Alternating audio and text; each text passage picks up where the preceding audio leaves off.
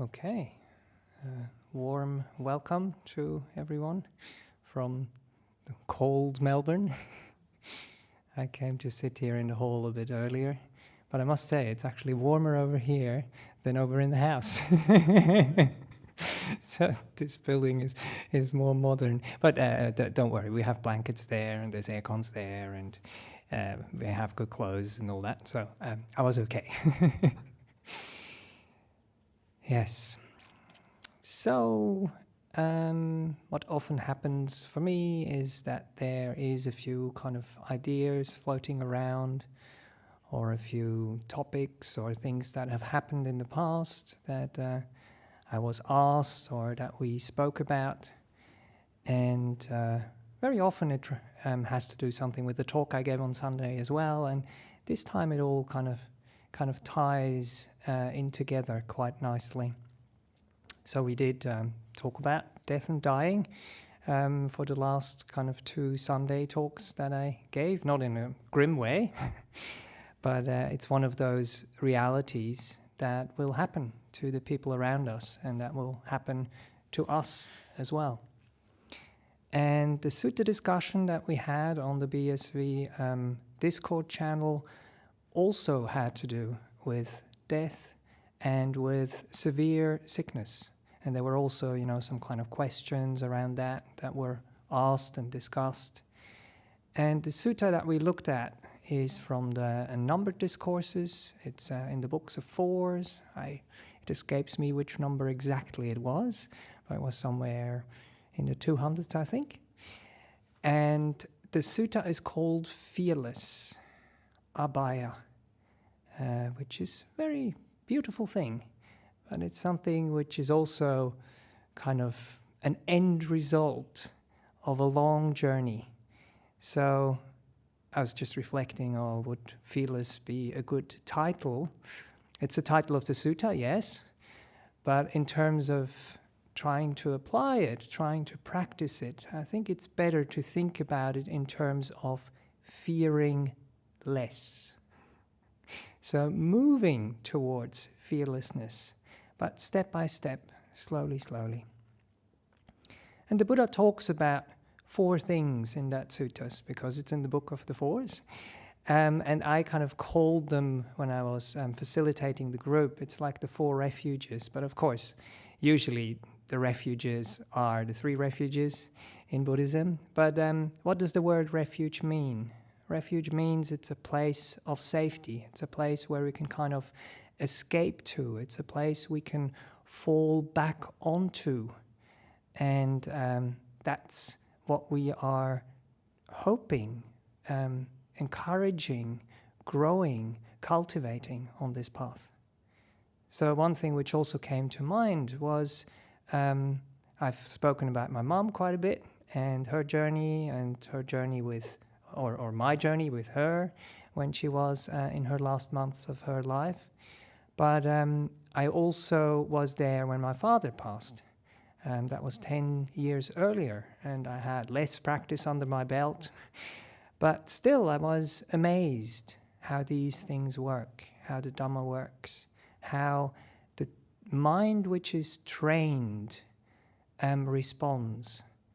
Because I remember especially, when it gets close to the end of our lives, that's when there is a good chance that fear does arise. And it did arise with myself when I came. I hope this is not too kind of confrontational. I don't know what you were in for tonight. But when I came to the bed, to the deathbed of my dad, I had a lot of preparation. It was a long process, but I came there. And fear arose.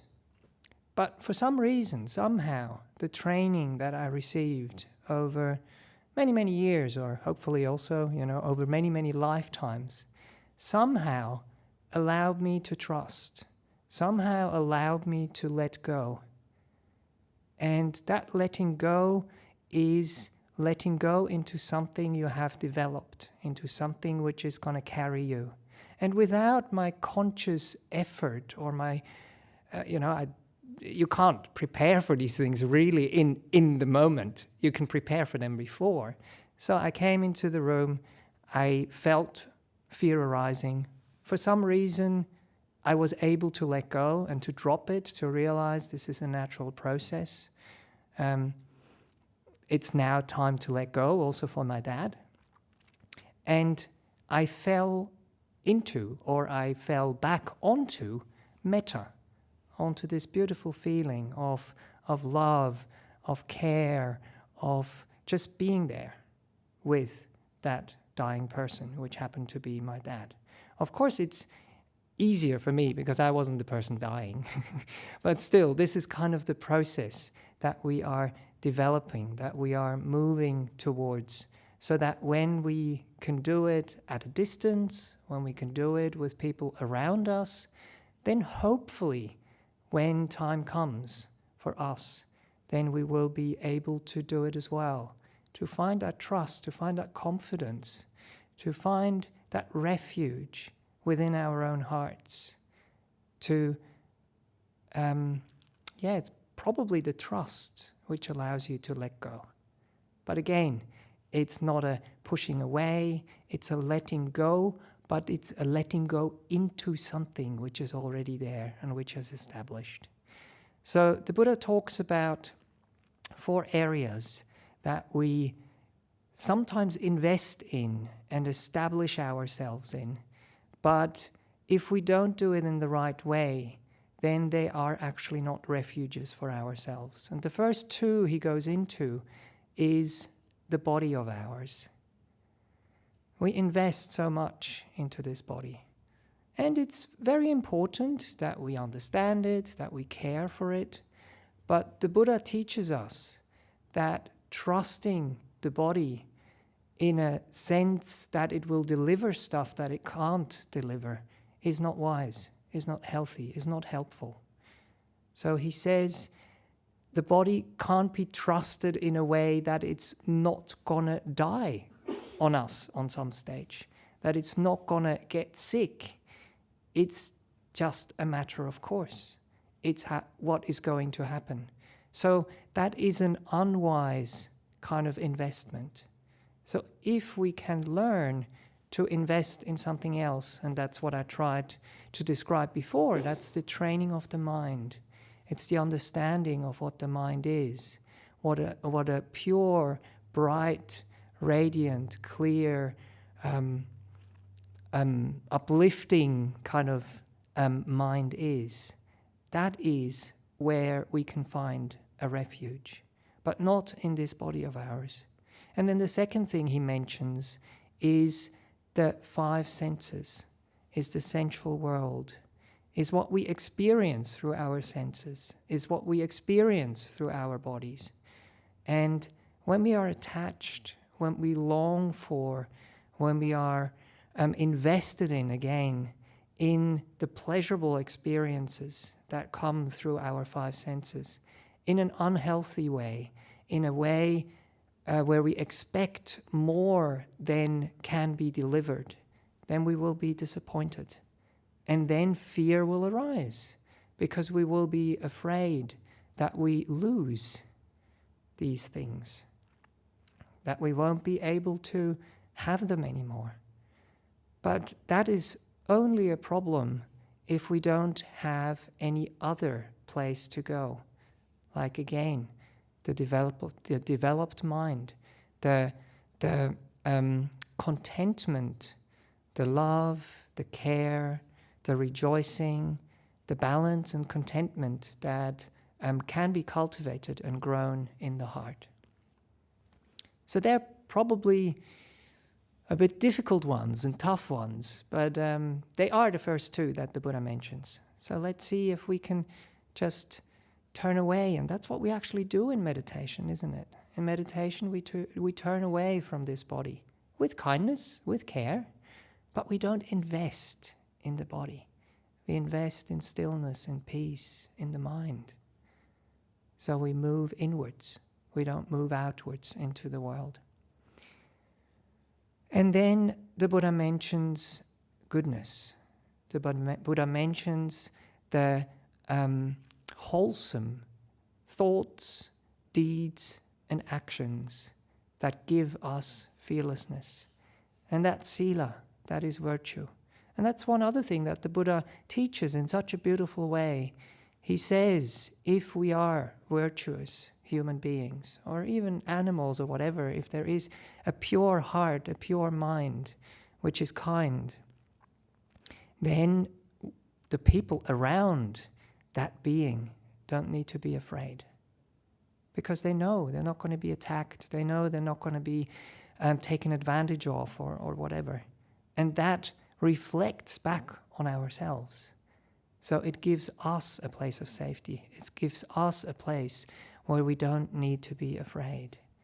And it's so important that we remember that we focus on that, and that we don't get caught up and lost in the things that have gone wrong, where hurt has happened, where either we have hurt people or people have hurt us, or we hurt ourselves by not being kind or understanding of the situation. So that is sila, that is virtue, which is another refuge. And then, of course, the last one is the teachings, is the Dhamma, is the understanding of how things are. And the Dhamma always reflects for me, as it says in the scriptures, if you see the Dhamma, you see the Buddha. If you see the Buddha, you see the Dhamma. These things, they come together. And then the last refuge, of course, are the people that have practiced on this path and developed that path to a certain degree, and can therefore lead us on this path, can therefore inspire us on this path. And again, they can be trusted, they can be relied on. It's a place where we can go to grow and be safe. So that's, the clock just ticked over, so that was 15 minutes with the introduction, and that's usually roughly what we do. So let's see if we can use some of those concepts in the meditation. I didn't really prepare how I'm going to guide the meditation, but let's just see what arises in the moment. But just to have this understanding that fear is something that arises quite naturally, but it has its causes, and fearlessness is something which also arises quite naturally when we have a mind which has been trained, which is open and which understands and can basically come home to itself, find a home. And that home is in the heart. That home is inside. It's not out in the world, there somewhere. And when we are in that place, then we have let go so much that nothing can really be taken of us, from us. And then we don't need to be afraid. Okay, let's meditate together.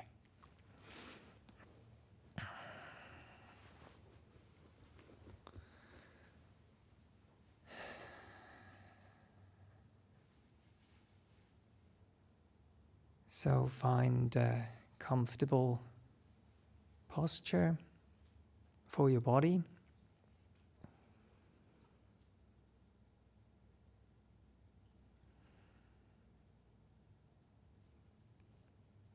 Caring for it.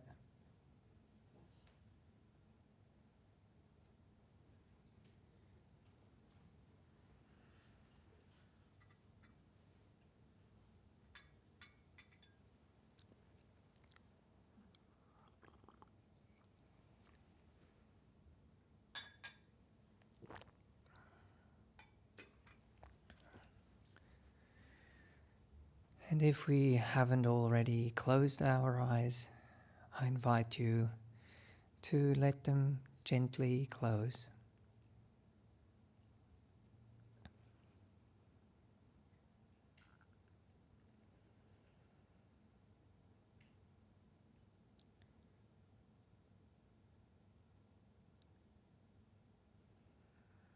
If that's something you're not familiar with, it's okay to also have your eyes slightly open,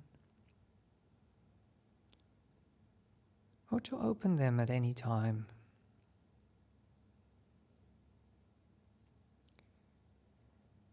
And all the guidance I'm going to offer is just some kind of inspiration, some idea how we could practice. But if you have another way to fall back onto, or if something is just not working, please feel free to adjust.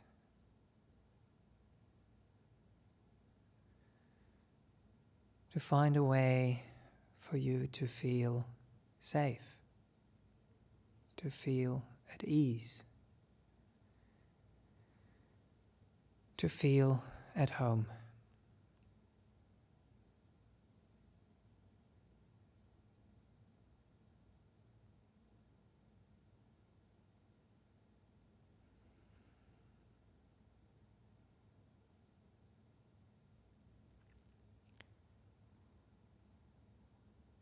And as we close our eyes, and as we withdraw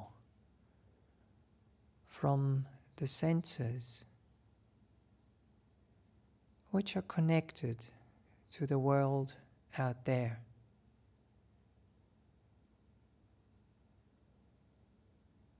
we come closer to what is happening in the moment right now.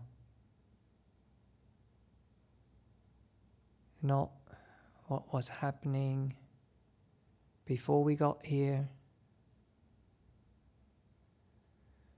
what we imagine will happen when we leave.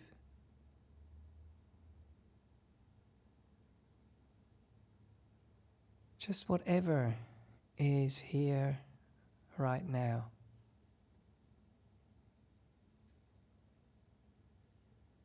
What we are aware of.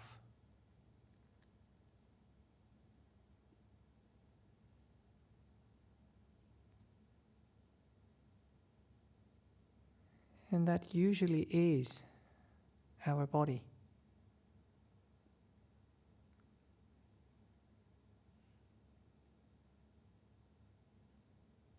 So let's spend a little bit time with this body of ours. But looking at it, being with it, with a kind mind.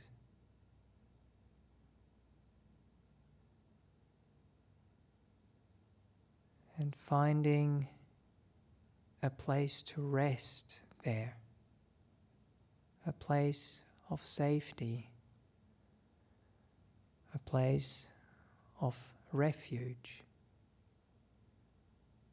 That's where we are coming from.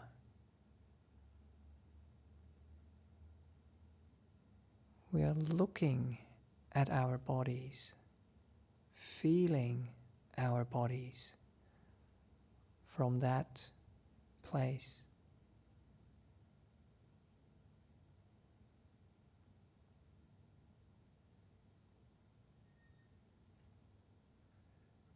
It's a place of acceptance. It's a place of care. It's a place of ease. It's a place of understanding.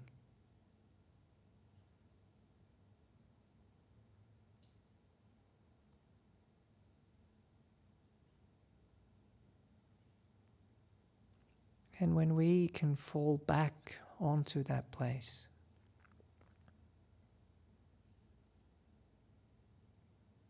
then we can also give this body of ours kind of a home in that place.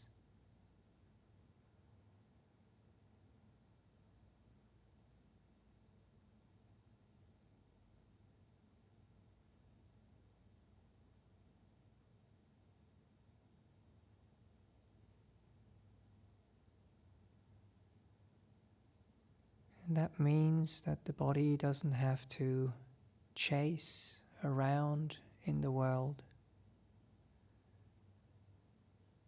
That it doesn't have to look or feel a certain way. That it doesn't need to be healthy. It's okay as it is.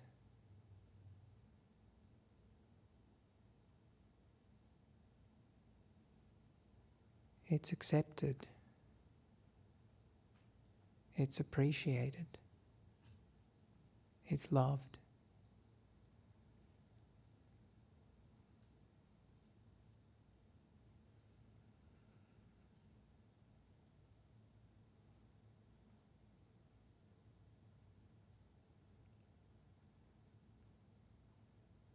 And then all the expectations, all the pressures, all the investment, all the fear that is connected to this body of ours because of the relationship we have towards it, can loosen, can relax,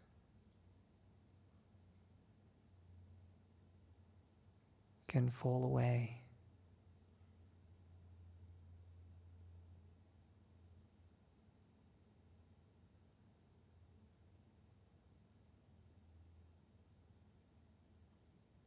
That way, whatever we might call a problem or a thing that creates friction,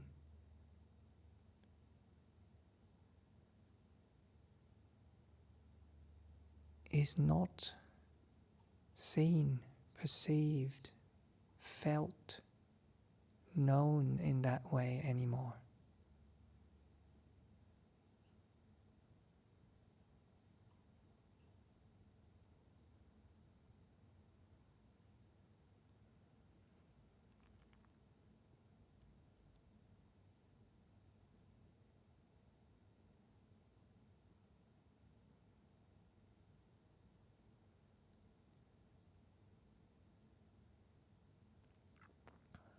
And then, instead of us expecting that we can trust the body to do what we want,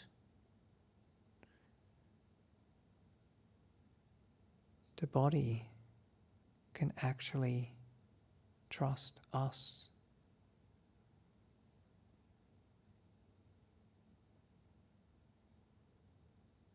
Body can come home.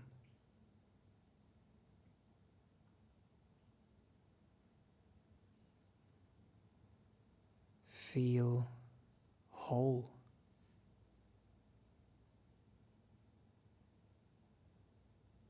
Feel okay.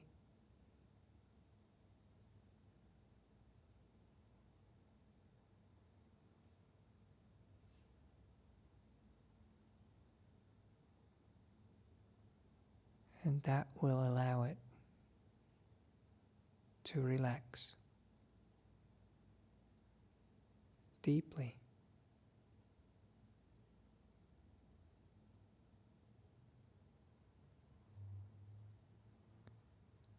That will allow it to rest.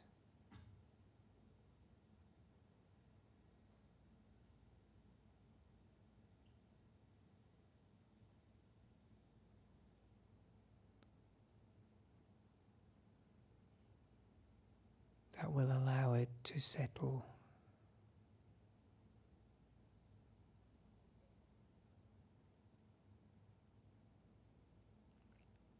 And to become still.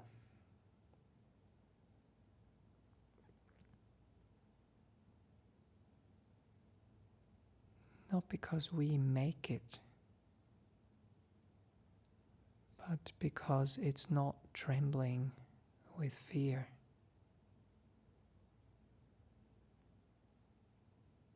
It experiences fearlessness.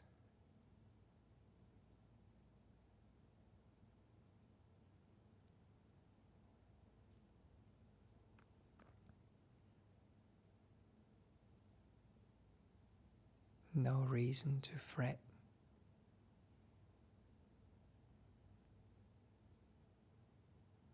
No reason for unease.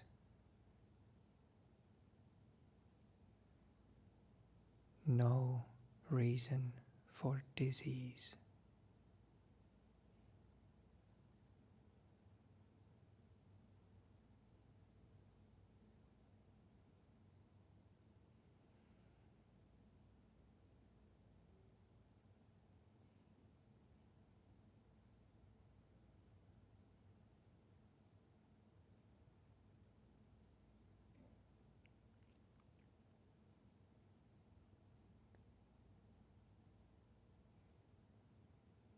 And as the body settles,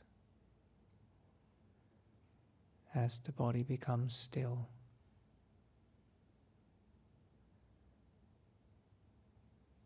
it drifts away, it fades away.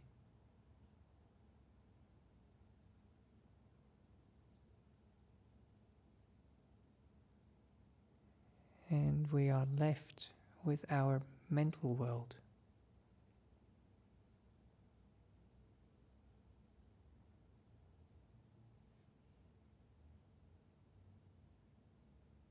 With the thoughts and the emotions,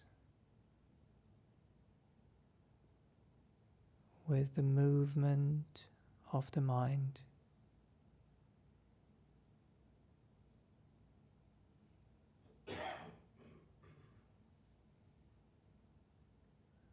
With a place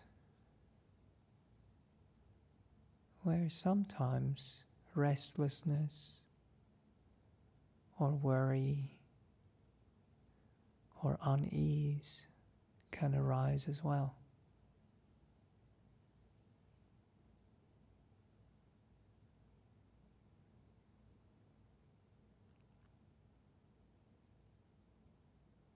But the mind also knows and has been taught over many years, over many lifetimes, that there is a refuge, that there is a place of peace,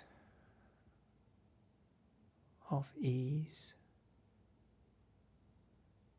of brightness, of contentment.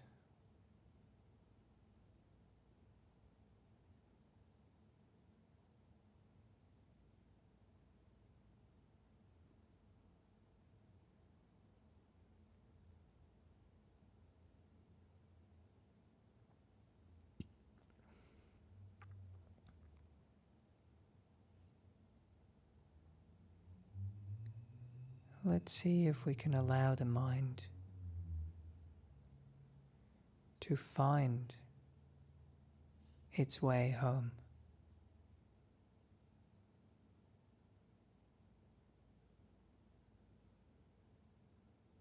To remember,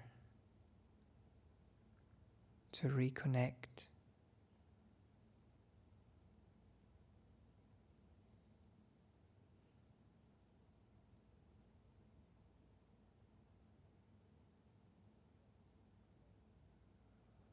with love, with care, with peace, with ease.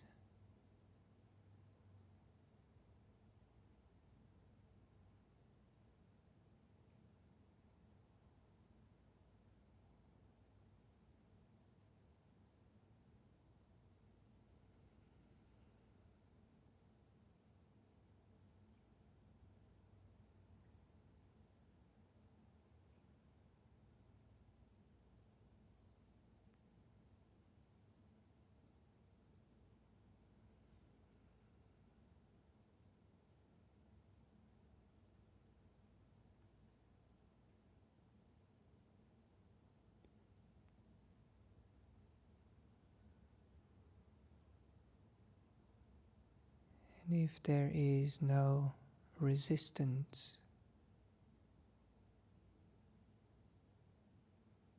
then there won't be any friction.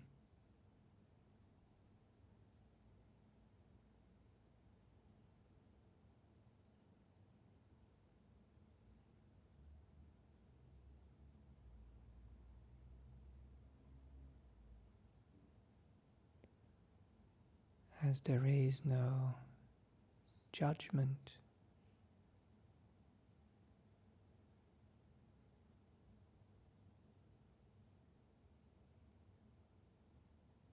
the movement becomes stiller and stiller.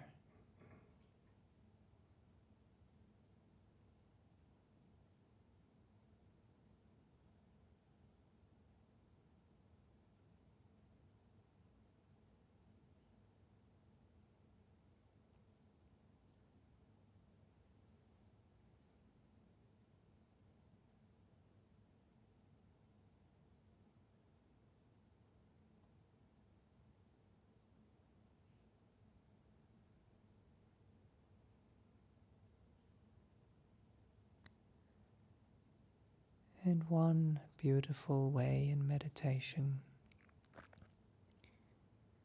to help in this process of settling, of slowing down the thoughts and the emotions, is to become aware of our breath.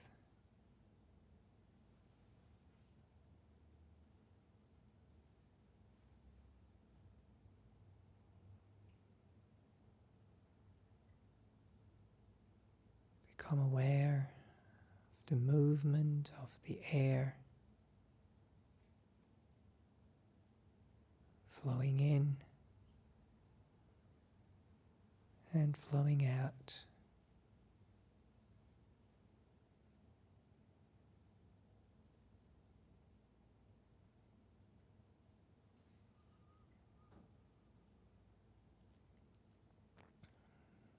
Breathing in peace,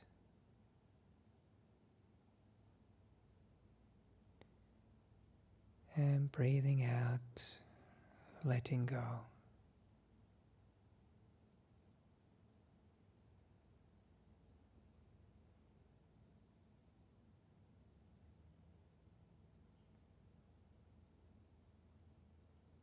Breathing in peace,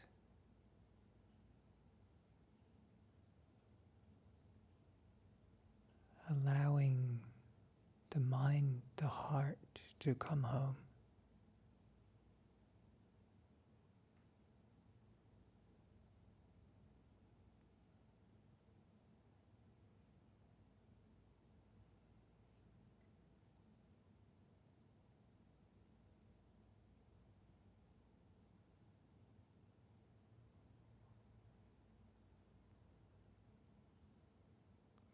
Breathing in love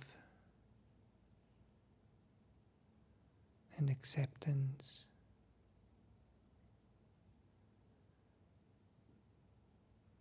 Breathing out and letting go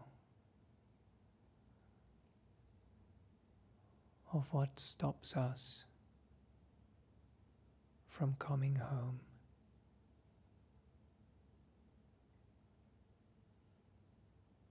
From arriving.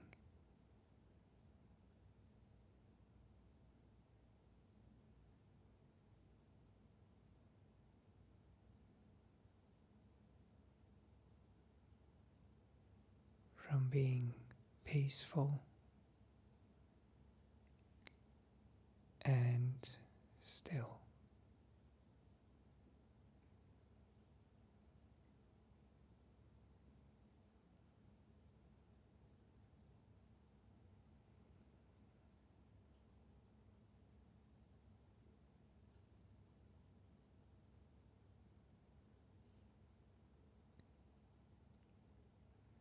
I'll let you sit in silence now.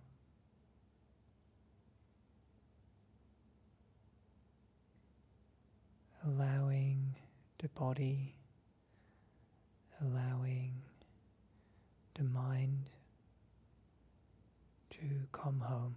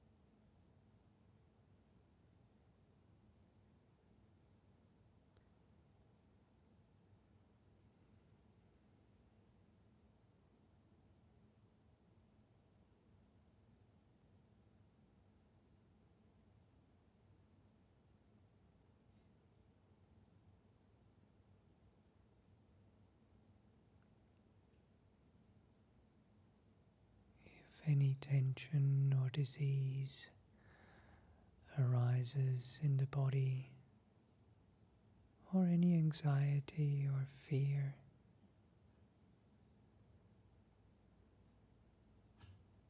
then we don't build our home there.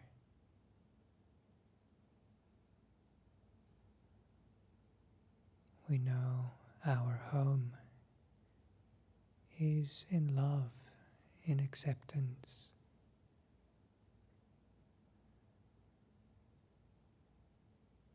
in peace, in stillness.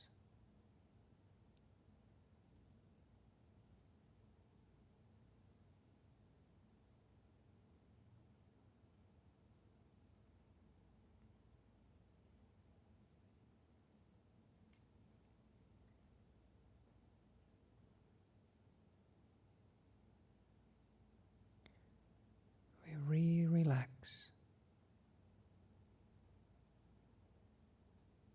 and allow the mind to come back home.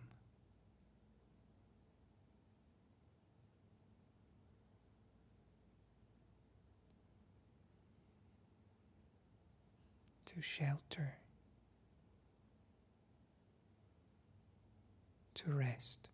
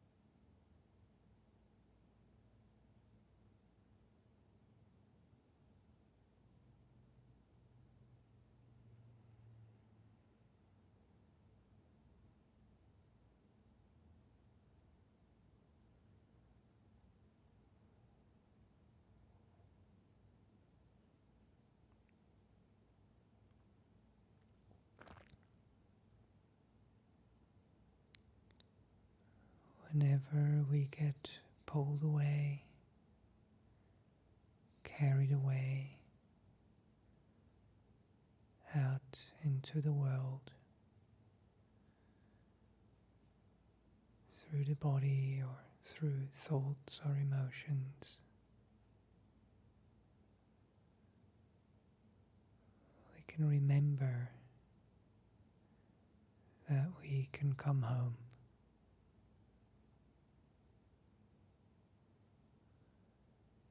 That we can relax, let go, and fall back onto acceptance, peace,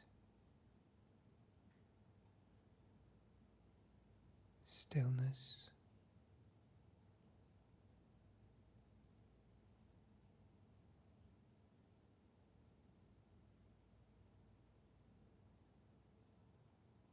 or simply our breathing.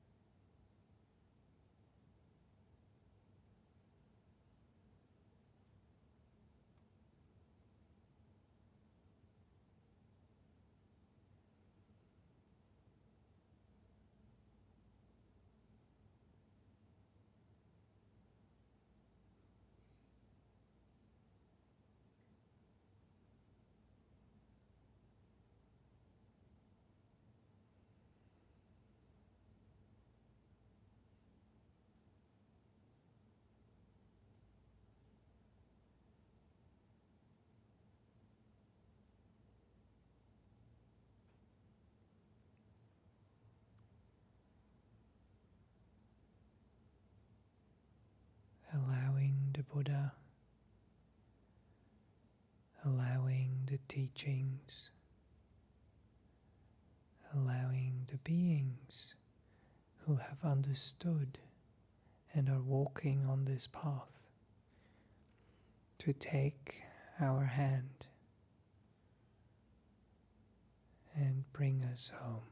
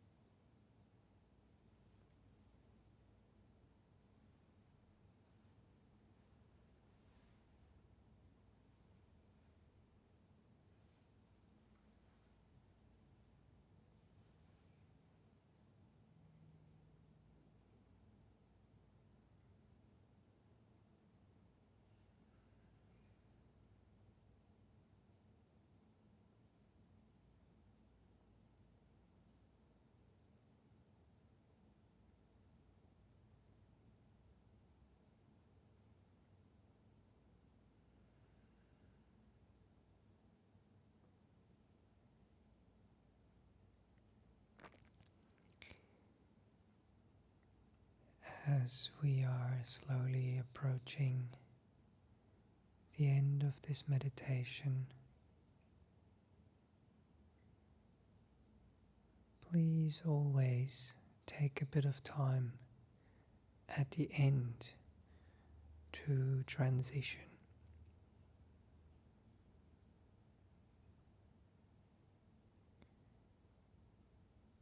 And part of that transition is to feel into your mind, into your heart.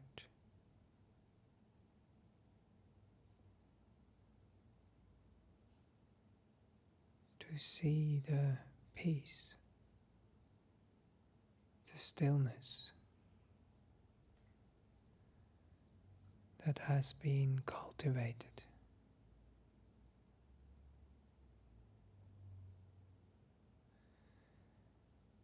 That we got in touch with, that lives deep within.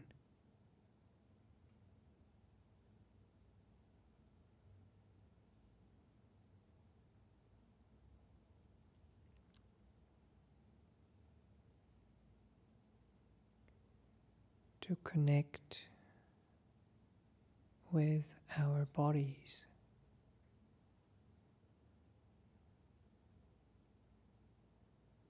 And hopefully have them feel more at ease, more relaxed, more at peace.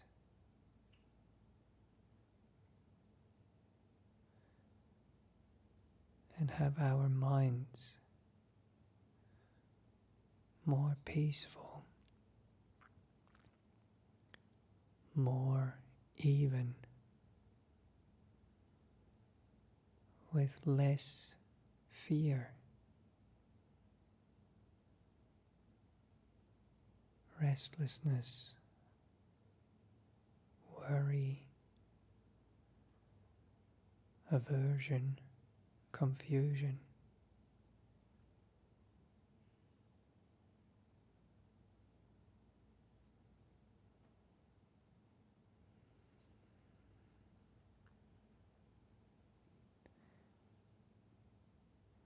And then as you listen to the singing bowl, you can slowly make your way out of meditation.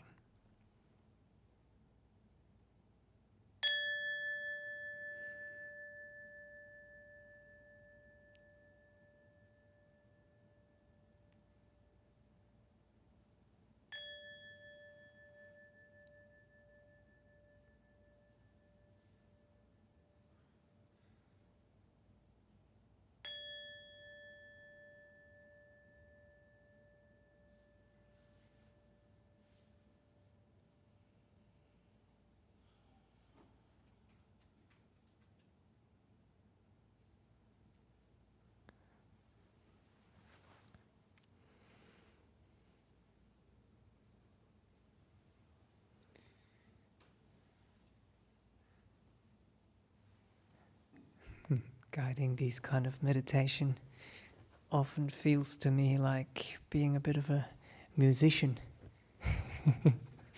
kind of improvising on a theme. And sometimes you're in the groove, sometimes not so much. But that's what happens with the mind, isn't it? It's in different places at different times.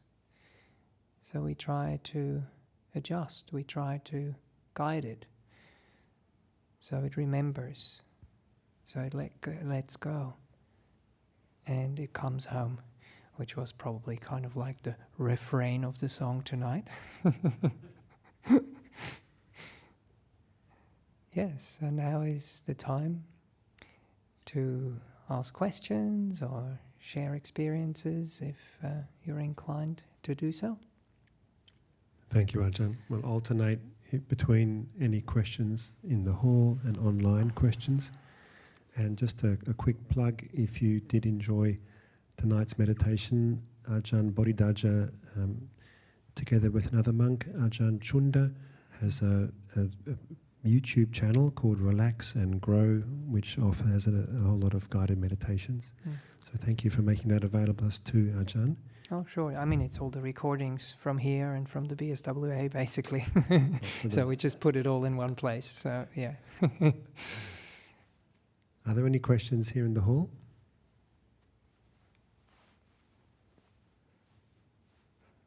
There is one online, so we may start. I was just going to say, are you afraid to ask? Bit of a longer question. Oh, okay, let's see.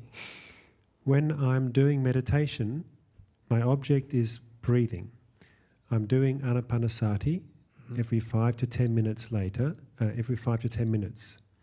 Later, when with a longer meditation time, I realized there are object changes, even for seconds. For example, when I heard people's voices when I'm meditating, immediately I recognize it as voice. My mind seems to stop for seconds for the voice until I'm back to breathing as the main object. Why does this happen? Is it normal? And is it normal when we're trying to meditate for a longer time? There we go. No, it's not normal. There's something wrong with you. No, of course not. That's exactly what happens in meditation. But as we train the mind, it becomes more skilled in letting go. And it becomes more skilled to come back to the meditation object. It's more skilled to come back to some sort of refuge. And that's kind of what we were talking about today. So your meditation, sometimes people call it anchor, but it kind of sounds like, you have to throw it out and it's kind of like very solid and all kind of these kind of things. So what we're trying to develop in meditation is a feeling, is an attitude. And the feeling and the attitude is connected to that meditation object. But that is what brings us back. That is what invites us back. That is what encourages us to go back and rest. It's the feeling. It's what we are growing. It's what we are developing. It's not the meditation object as such. It's the interest. It's the joy. It's the happiness. It's the stillness. It's the feeling of coming home. That's just kind of the theme of today. So if the breath is something you have become familiar with, and it kind of is your home, and it evokes that feeling, then your mind wants to be there. Your mind leaps to be there. So, yeah, it's good to try out a few different kind of meditation objects. And the breath is one of those objects which is quite subtle. And if we haven't really developed it so much, then the mind is invested in other things. It runs after other things. It gets pulled away by other things. But from what you are describing is that there is already a familiarity, that there is a certain ease, a certain happiness that is there with the breath. But somehow the interest or the investment of these other things is still there. So as we grow on this path, then the interest, the joy and the happiness that we get from those other things, or the kind of fear that gets aroused, because interest can have, two kind of sides of the story. One is the wanting, the other one is the not wanting, which is connected with fear. And then of course there is, the confusion which comes in as well, yeah. So a few things for you to ponder about, but I quite like the way Ajahn Brahm teaches and goes step by step and goes through the body and calms down the body and allows the body to move away. then goes through the thinking process, through the emotions, which are kind of like a deeper layer. And then the breath is something which is there when you come to the third layer, if you want to put a number on it. And once you have trained those attitudes with the other meditation objects that are closer to the senses, that's closer to the outside world, then that allows you to progress kind of naturally to subtler objects, to objects that we are not so familiar with in the outside world, unless we have practiced for an extended period of time. But again, just to summarize, the object is not what's the most important thing. What's the most important thing is the attitude and the feeling, the joy, the happiness, the peace. Hope that helps. Thank you, Ajahn. Are there any questions here in the hall? Oh, yes, please. Maybe we just wait for the mic so the people online also get a chance to hear.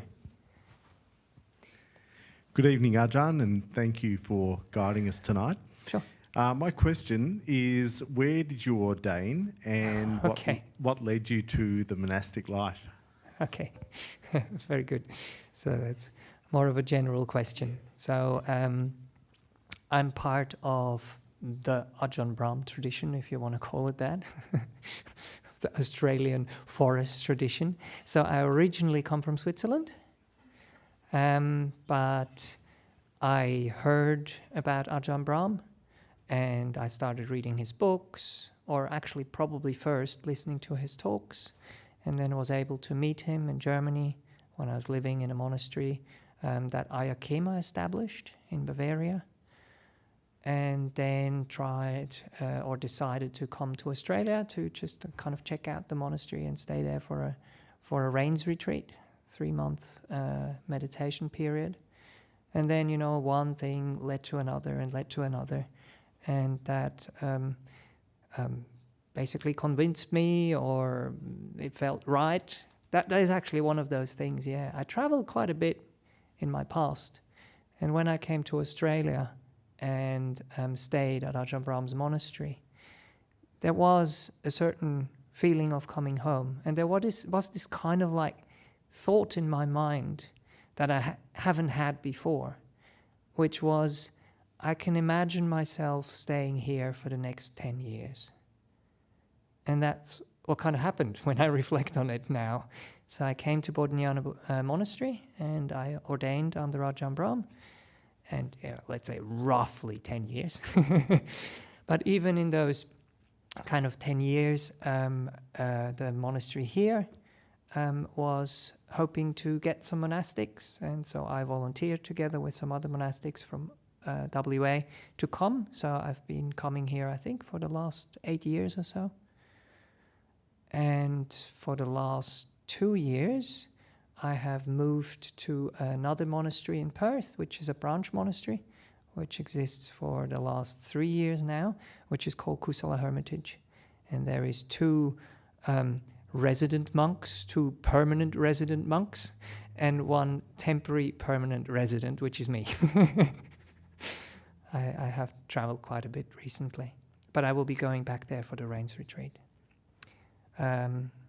Yes, I don't know. But is that the whole question? Yeah, I mean, it started very early. I mean, my neighbor was really who introduced me to Buddhism when I was a small boy.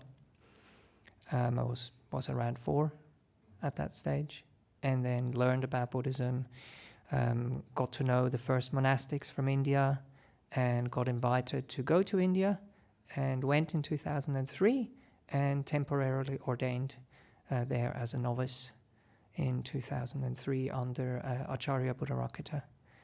And that was kind of like the turning point where the outside world started to become less and less interesting or less and less important, and the spiritual paths and the spiritual world kind of started to open up and interest me. And back then I just said, oh, okay, I've spent some time as a monk here now. I want to investigate this further. I want to stay in other monasteries and other places for longer periods of time. And that's what happened, started spending rains retreats, like at the Marwati monastery over in England when Ajahn Sumedho was there, when he was the abbot there. And then, eventually ended up in Ayakema's monastery, and that's kind of like, where I stopped with the other one. It's a little bit of history, yeah.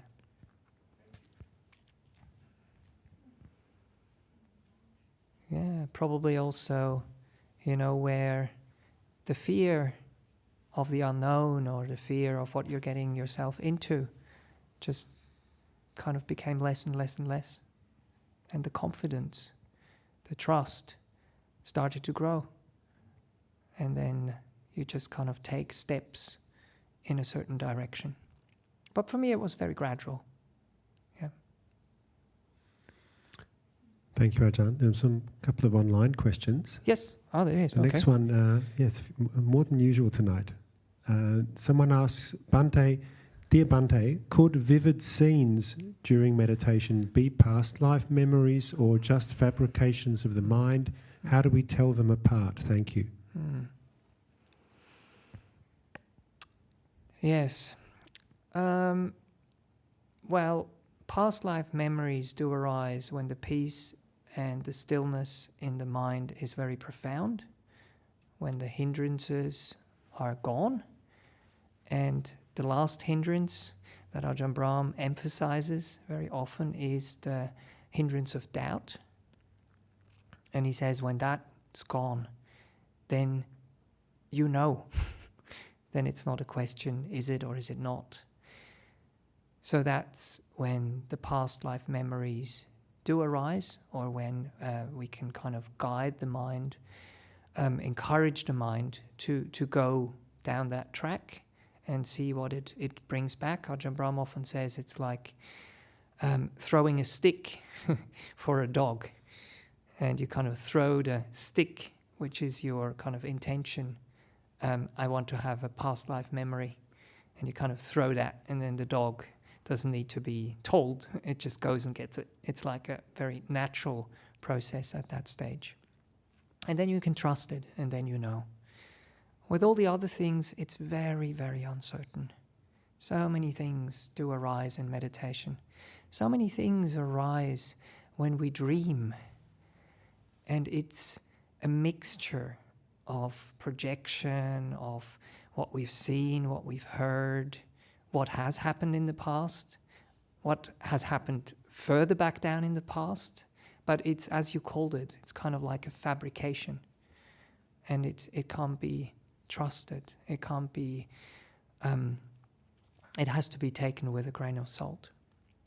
But there is instances where people have past life regressions through hypnosis or things like that, and they are able to actually find some evidence in real life which makes these things more solid for them, which gives them more kind of certainty. But usually I wouldn't really worry about these things too much. When they arise, and when fear arises with it, then we try to find that place of refuge. We try to not get carried away. We try to not get involved, not get invested in these things, because that is not the path. The path is to develop stillness, peace, and also wisdom, yes. But if the stillness and the peace is not there, and those experiences are not really what has happened in the past, then we can't really gain understanding and wisdom from them and progress on the path. And I think that's what we are trying to do here. Thank you, Ajahn. Any questions here? Might go to another online question. There's a quick one that someone's asked. how might we support Kusala Hermitage? I have been thinking about moving closer to the area during my retirement. Oh, okay. Well, I mean, as any other monastery, it's a place where you can come and support the monastics so that they can do their job, which basically means supporting this body, which is bringing some food, if that's something you are inclined to do or would like to do. Or you can come to some of the teachings that the monastics there offer. So we live in the Rollystone, which is kind of a suburb of Perth. And we usually teach on Thursday nights in the family centre in Rollystone. So you can come in person to learn some meditation and to support the monastics that way and to support the group as well. It's actually quite nice to come together as a group and practice together and support each other on that path. And then, of course, we have a donation box at Kusala Hermitage where you can, donate.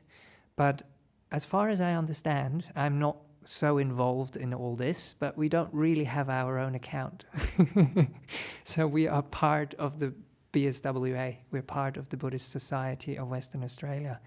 So we do have our own credit card when we need to do purchases, or, for example, the ticket for me to come here was bought through that credit card.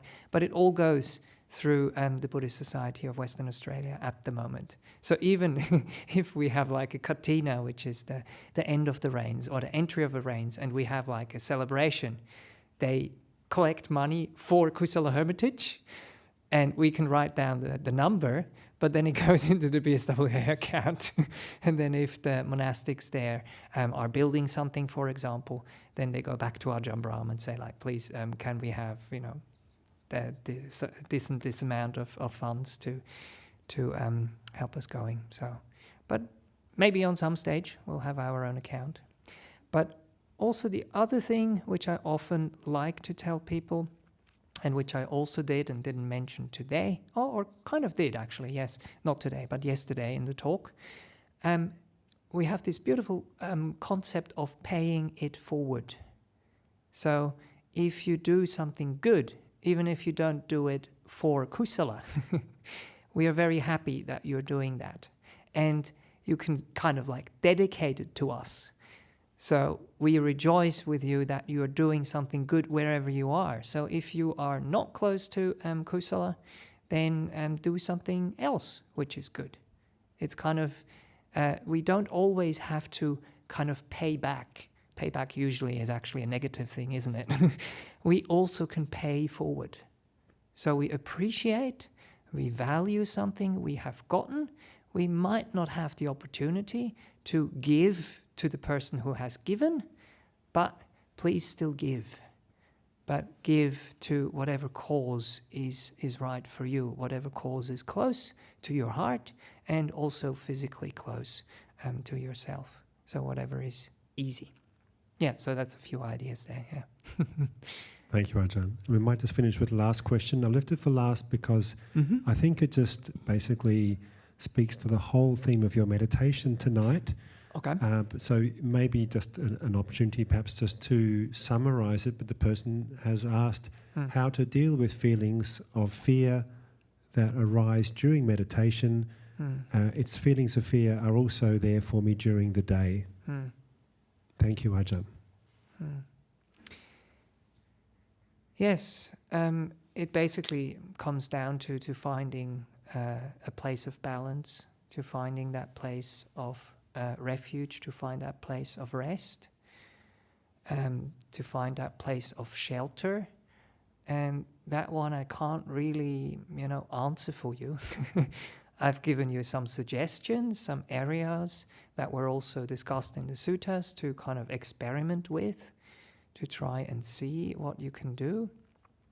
But even just in day-to-day life, when fear arises,